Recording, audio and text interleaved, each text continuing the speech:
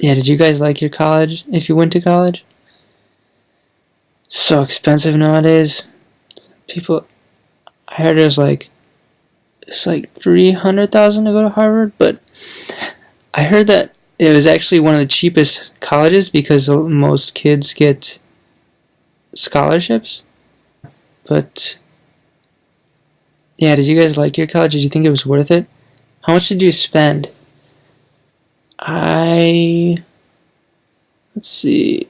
I heard my friend was talking about going to Notre Dame, Notre Dame.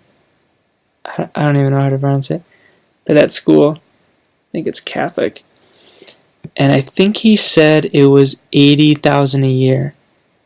But he could get a scholarship for free to somewhere else. Now it seemed pretty clear in my mind which was the smarter one to go with, but his dad went to Notre Dame. His dad went to that school, and so it was kind of like a family thing, and he wanted to keep that going, which I understand. And his dad said that he had a great time and whatnot. So, yeah, I mean, I get it. Not sure if... Yeah, I don't think I would go that route, but... Yeah, I don't know if he ended up going there, but nonetheless, yeah, how much did you guys pay? I mean, what I think the best thing to do is...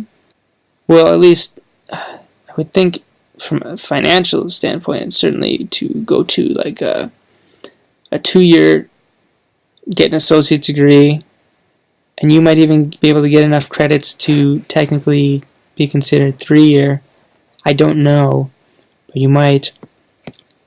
And then from there, go to like a really great, well-known college.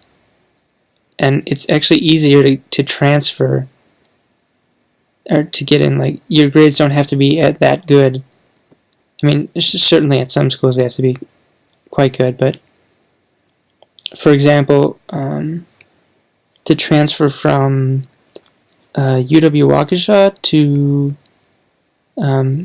UW-Madison, which is our best public college in the state, I think you only had to have like a 3.0 or like 2.5 or something. It wasn't very high, considering that, you know, they ideally accept, or well, they would. I think the average would be like a 4.0 or something near a 4.0, and then with AP classes and extracurriculars and all that for freshmen, incoming freshmen. So if you look at that, I mean, yeah, I don't know. I don't know why people freak out about it so much. Just to get in that first year, I guess people just don't want to move. They just want to get to a place and stay there. But it seems like it would be even better to me because then you get to go to get different schools. You get to travel around more, see different stuff. The only thing is that I understand with the culture, you know, like I said, with the partying, and just getting to know people, and you sort of get a family at a certain place, maybe. So I get that. People like that aspect. But at a certain point, it gets ridiculous with the price of college. However, having said that, I think it was only like $12,000 a year or something to go to UW-Madison if you got accepted and you were in-state. For anybody who doesn't know, in America, in your state, you can usually get, cheap I hesitate to say cheap, but cheap tuition to state colleges of the state that you're in. The reason I hesitate to say cheap is because it's still a ton of money. And I heard like I heard that they were like protesting in the UK because they were like raising college rates, and they said like an average college rate was like $4,000 or $2,000 or something. I was like, what? That would be like the cheapest college to go to in America. So, yeah, I forgot how much they said the average student leaves with. I really don't know, but I want to say it's between like $40,000 and $60,000 or something. How much debt that they leave with.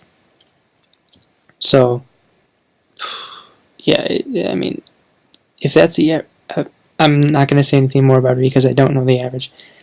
But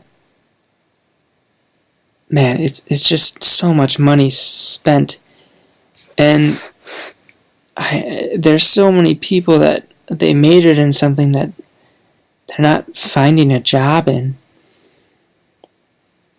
I do think, though, that with the internet, you could definitely make a fantastic job for yourself. I think there's so many outlets for creativity that even if you don't get a job with your degree, with that knowledge, you could use it. I know there was a guy who majored in film, and he graduated with like I think it was $80,000 in debt, and he just started making YouTube videos, and within, I forgot how much, I don't think he said how much time, but he said very quickly he made enough money to pay back his loans and much more money than that. And he said if he wanted, he could get like, I think like Lambos and stuff like that, and he had it. He just had a ton of money, but he didn't spend it. I think well, anyway, I think he does something called Psycho series. I just watched a few. I'm not super familiar with it, but yeah, he had about, 16 or 23 million on his number one most viewed, and then a lot of them had over 10 million views. So, it sounded like he said he was getting between, he said he was getting between like 50 cents to like maybe $2 or $3 for CPM. And for anybody who doesn't know, CPM is the amount you're paid per 1,000 viewers. So, for tons of videos getting over 10 million, it's a good chunk of change. But he was making it sound like it was super easy to make money on YouTube. He said you had to work really hard, though, which was good. But yeah, I think it depends on what you do and what you're aiming for and what your goals are. There's higher CPMs if you're helping people with like things to do with people who make a lot of money. So some videos that might help out lawyers or something, I think would have a high CPM.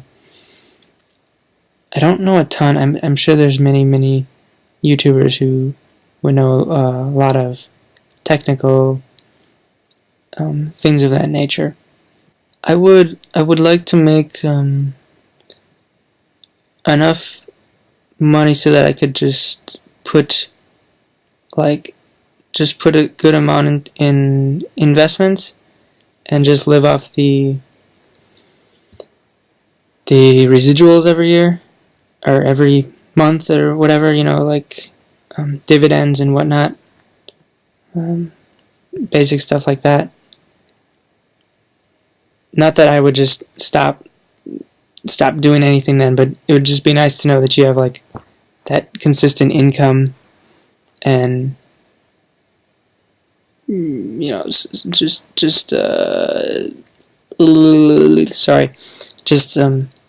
money that you could use every month, But I'm not worried about it. I'm very blessed. Very, very blessed. And remember that if you're healthy, that's a huge thing. A lot of people are struggling a lot, so it's very, very important to keep in your mind that, if you're healthy, that's a super fantastic thing. And if you've never had to, stay in the hospital or go through a bunch of treatment and stuff, I saw the Fault in Our Stars. Man, that was a tearjerker for me. Have you guys seen that? Wow. Very sad film.